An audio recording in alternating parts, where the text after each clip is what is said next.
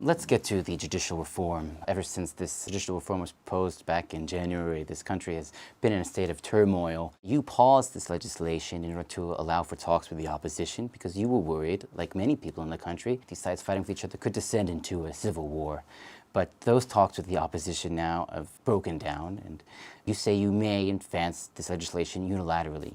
Are you not willing to return to the talks with the opposition at all? Will you just continue now to unilaterally pass this legislation? Well, I definitely sought a broad consensus, possibly in a formal agreement with the opposition. But what we discovered after I pushed the pause button, after 1 month and 2 months and 3 months, that the opposition was under such political pressures that they couldn't agree to the most minimal understanding. They couldn't agree to things that we brought up by the opposition leaders before they went into opposition. Can you be more specific, though? What will you change from the original proposal, from this measured proposal? What will be different? Well, I already changed a few things right after the original proposal was put forward. I said that the idea of an override clause where the parliament, the Knesset, can override the decisions of the Supreme Court with a simple majority, I said, I threw that out, basically. That's not coming back at all?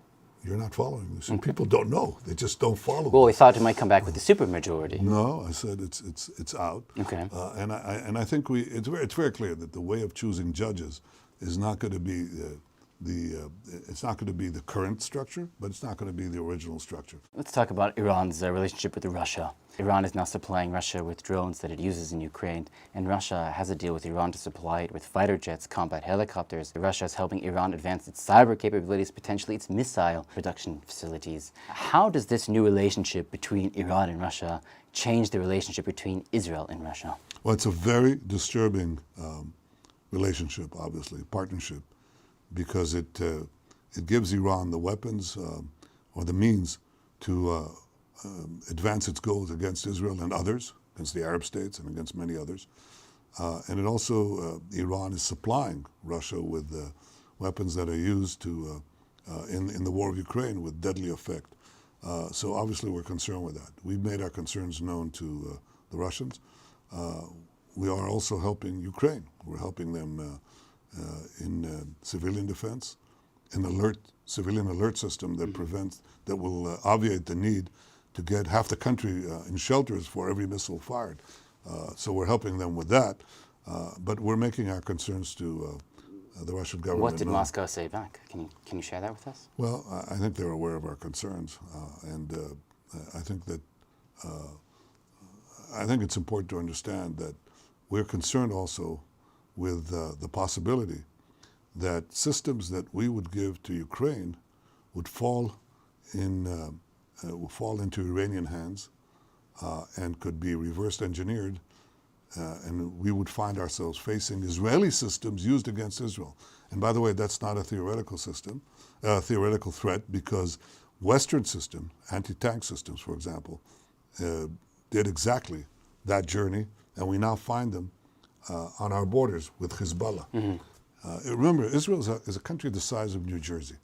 It's been pelted with more than 20,000 rockets, okay, in a very densely populated country.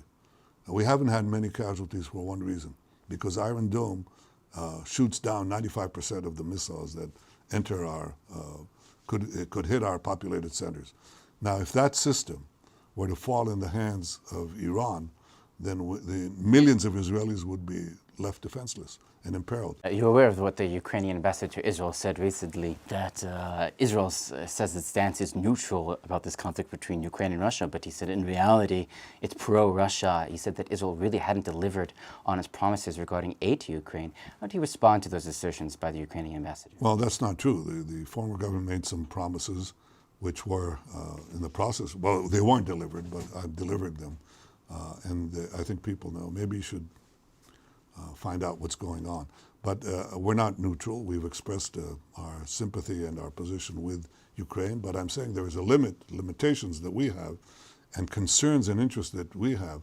And my first interest, regardless of sympathy, and the steps that we take, is to ensure the security of the one and only Jewish state.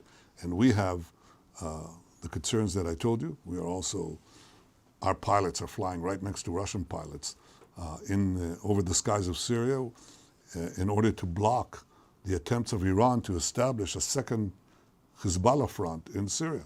Is there any indication that the Iranians are trying to build a nuclear bomb itself, a nuclear warhead? Well, there is more than indication, because I sent the Mossad to the heart of Tehran, and they brought back Iran's secret nuclear archive.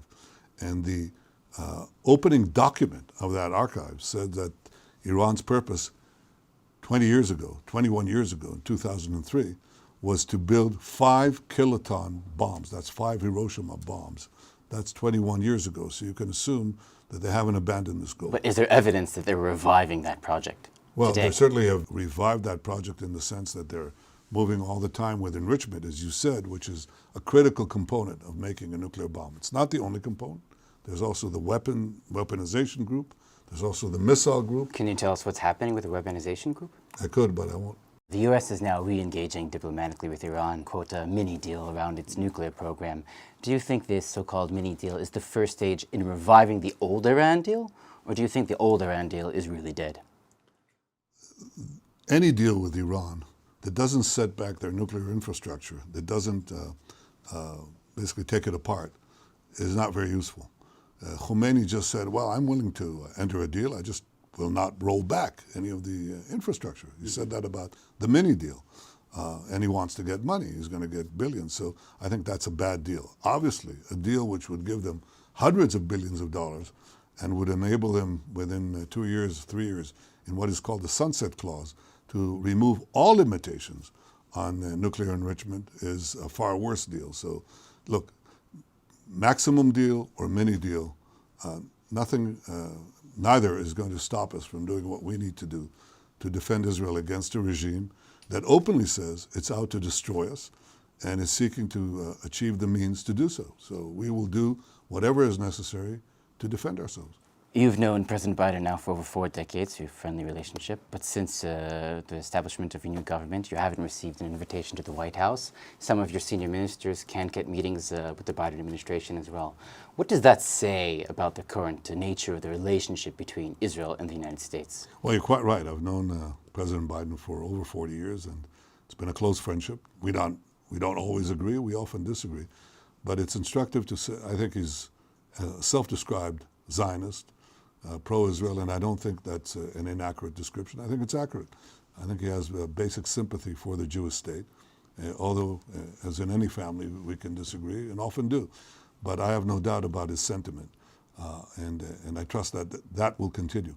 And I can also tell you that in the times of the Obama administration, when Mr. Biden was vice president, he often served as a channel to try to find, I would say, a middle ground during times of intense conflict. So the friendship is not a question. Now, here's what people don't know. I mean, this issue of the invitation clouds people's views and actually their knowledge of what is happening with our two governments. And in fact, the security cooperation, the military cooperation, and the intel cooperation, including cyber, is stronger than it's ever been under our two governments. I've spoken to the president a few weeks ago on the phone. Since then, I may not go to Washington, but Washington is coming here with a steady flow, including the National Security Advisor, Jake Sullivan, and Secretary Blinken, and the chief of the CIA, all of whom I've met, of course, and the phone calls that are regular. The last 15 months have been the most violent period in the West Bank in over 2 decades. The reason, according to Israeli officials, is because the Palestinian Authority has lost control over some areas. What is your solution for this? Is it, as some people say, some people in your government say, to put more Israeli security services in those areas, or is it to strengthen the Palestinian Authority there? It's both, but they failed. The second has failed. I mean, they failed. They're stuck in their own convoluted politics, which is undergoing some convulsion. But I think you're quite right. I mean, northern Samaria has become sort of a no man's land at which you have more and more terror attacks that emanate from there. And my policy has been to definitely to keep the Palestinian Authority. I don't want it to dissolve the way people are talking. It's simply ridiculous.